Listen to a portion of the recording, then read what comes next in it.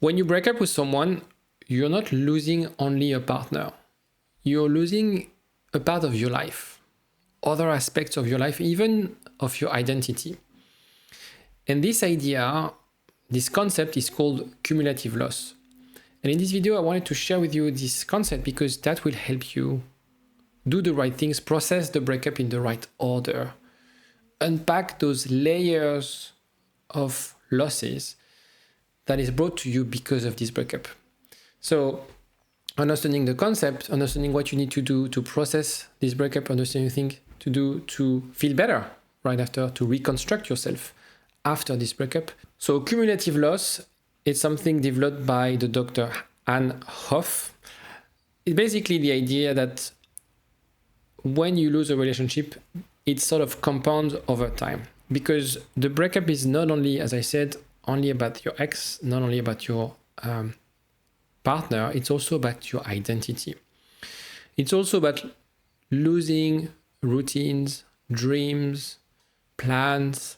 This is the hardest part to grieve. This is the hardest part to let go of. Usually people, they don't have a hard time letting go of their partners. They have a hard time letting go of the things that we had planned, the future that we had together, right? And it's normal to feel a relationship becoming part of how you see yourself, part of who yourself, part of your identity. So if you want to grieve effectively, you need to grieve those layers of loss. And that's why probably you're stuck, because you feel like, oh, yeah, I don't want to get them back. I know they are really toxic, but perhaps somehow there's a part of you grieving the project, the things that you could have done with that person. So the whole point is to be aware of those layers and unpacking those layers one by one.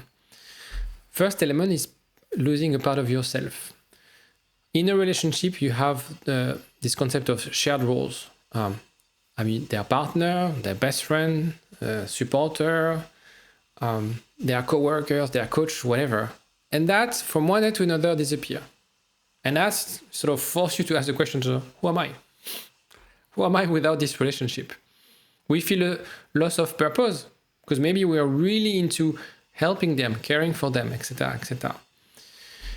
And that's why, after a breakup, the we, this idea of we do things together. We are a team. The things that you build, maybe it could be physical things like just a house, but also, as I said, projects or things that you would do together, routines, private jokes. These are gone, right?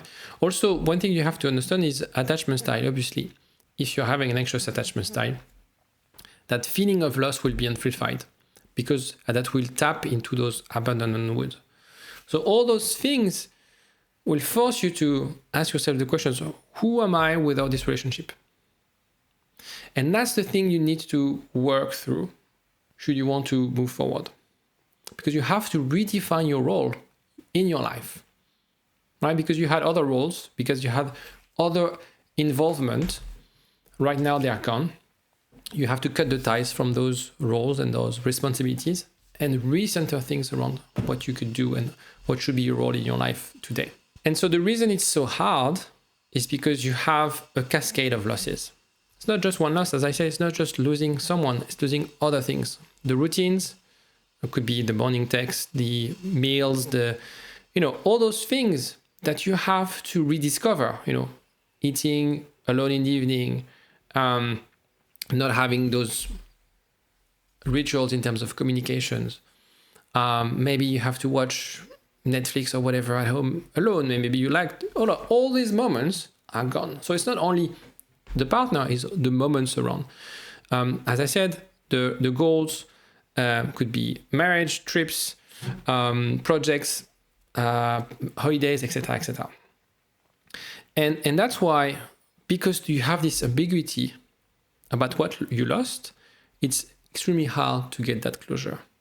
Because again, it's a range of things that happened in the past, things that you were doing together, things that you had planned but never really expressed. So that's why sometimes we feel a sense of regret. Maybe I should have said those things. Maybe I should have done those things. And that's the thing you need to unpack should you want to move forward. The one thing you also need to understand is this idea of self-expansion theory. When we're in a relationship, we extend ourselves, right? We have self and other, and sort of we lose a sense of ourselves. We become us. So I or me becomes us and we. Up to a point where it could be, if we develop strong codependency, it could be toxic, but other than that, that's normal and healthy to be. We make decisions, right? We are a couple. And so that's the thing, again, that we need to let go. It's because that pain is usually a fair representation of that element of identity. Because you need to reshape your own identity outside of the relationship. And it takes a bit of time. Okay, so you have the accumulation of losses on one end, and then you have this idea of self-expansion where you need to extract yourself from the relationship, because that's what we do in relationships, right? It's not that the danger would be to forget yourself and only think about we, in the sense of we, not we, the French, yes, but we a couple, we as a couple. And it's very hard to sort of reestablish this new identity outside of the relationship. So there's two things, and that's why it's hard, and that's why it's complex. And that's why it's ambiguous, and that's why we feel lost and confused, is because we have those layers, this identity part that we need to reconstruct. So very simple slide, how you can reclaim yourself. Lost of roles, develop a strong support network. If you were your partner's best friend, if you were your partner's coach or whatever, find people to coach, find people to have those connections. Yes, nobody will replace that person, but it's by having other connections that you will feel that sense of purpose. Loss of routines. Find new routines. I'm pretty sure that, let me give you a very stupid example. I'm pretty sure that when you were watching movies on Netflix or whatever, you had to decide and compromise on what to watch. Well, hey, you can watch whatever you want now. Obviously, the routines should be also about self-care. So be things that make you feel better. Loss of goals. And that's why you have tips online saying you should find new hobbies, new activities, is because as you don't have those shared goals, like make your own goals, and that will give you that sense of purpose. And when it comes to identity disruption, is really doing the work of reflecting on the relationship, reflecting on what you liked about it, what you didn't like, what you need to develop, what you need to consider in your next relationship. There's an element of self-esteem, especially if you have an anxious attachment style, because people who have an anxious attachment style after a breakup, they usually have a lower self-esteem. So it's about how you can reconstruct that. You can do this exercise of self-map. I will put a link to the toolbox that I use with my clients. I'm going to start sharing this toolbox to everyone for free, so you can use it. It's not something I could necessarily share on YouTube because it's not very practical. It's a Word document. It's a big document with all the tools that I use with my clients. Have a look, do the exercise of self-map, just again to figure out who you are now and who you want to be in the future. So now it's about moving through the cumulative loss.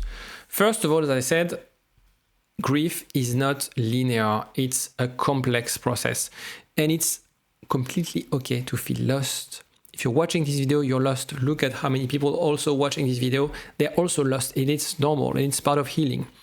That's why some of you have a therapist. That's why some of you might be interested in working with me, because you need also sometimes someone to help you unpack those feelings, right? And re-establish this sense of self as part of this work of grieving. It's like leaving the relationship behind, rediscovering who we are, and planning for the future. If you feel like you're super stressed, that your nervous system is heightened and super activated, it's about having mindful activities. There's plenty of apps online that you can download to help you keep grounded and present in the moment. I will probably also create more content, hypnotherapy sessions that we'll put online have a look, stay tuned, subscribe if you want to be notified next time I post one. I'll set some time in that diary to do that. And yeah, that's why rebuilding a sense of self is a gradual process. It's like a little bit like building a house. You have like to put several bricks together, and it takes a bit of time to know where to put the bricks and how to put them in the right order, etc., etc. It's not something that will happen in a week. Right now, you feel like I need to feel better right away. The problem is that's not how it works, because you need to unpack those things. What I would advise you to focus on is not so much about the pain, but it's about the progress and the insights, the things that you learn every single day. So maybe watching this video was like, yeah, that was super helpful. That helped me understand what I need to do. Tomorrow, again, maybe you do the self-map, maybe you do another exercise. That's how you heal. That's how you move through that grieving process, rather than thinking like, time will heal, right? So it's about being more strategic, being proactive about how you consider this process of grieving the relationship. Now, quick word on losing parts of yourself. A relationship adds to your identity, but it doesn't define it. That's really important. You haven't lost yourself in this relationship. You haven't. You're still the same person. If you think about it, you are exactly the same person 1 month before you guys broke up and today. Your experience, your feelings, your sensation are different, but you're the same person, fundamentally the same person. What loss can help you reveal is your strength and the capacity for growth. Unfortunately, and that's how it works, we learn better when we go through and when we overcome challenges. A breakup is the biggest challenge that will happen in your romantic life, especially a difficult breakup. This is where you will learn the most about yourself. That's not the most pleasant way to learn something, but that's for sure the best opportunity for you to learn. And again, it's about having that right structure in place. It's about also enjoying the process. I know it's very painful, but when I work with my clients, I always keep in mind that they need to enjoy the process. You can be in pain and enjoy the process because of that learning, because of that growth element. The objective is to find ways to really love yourself, right? Sort of taking care of yourself. You know, you're suffering right now, and that's fine. That's part of being a human. The point here is like, how can I treat myself? Sometimes we feel like I don't deserve to be treated like this. This is the thing you need to challenge yourself with. No. You need to treat yourself with care, with respect. And grieving is also part of this. Loving yourself deeply. Learning from it. Feeling, re-loving yourself. Falling back in love with yourself in a way.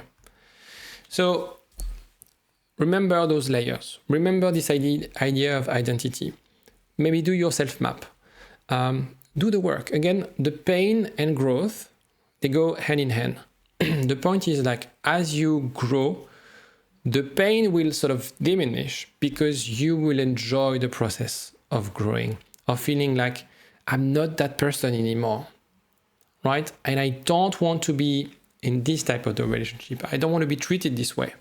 And I know what I want and I know what I don't want. This is the main objective. If you have any question, let me know in the comment and I'll see you next time. Take care.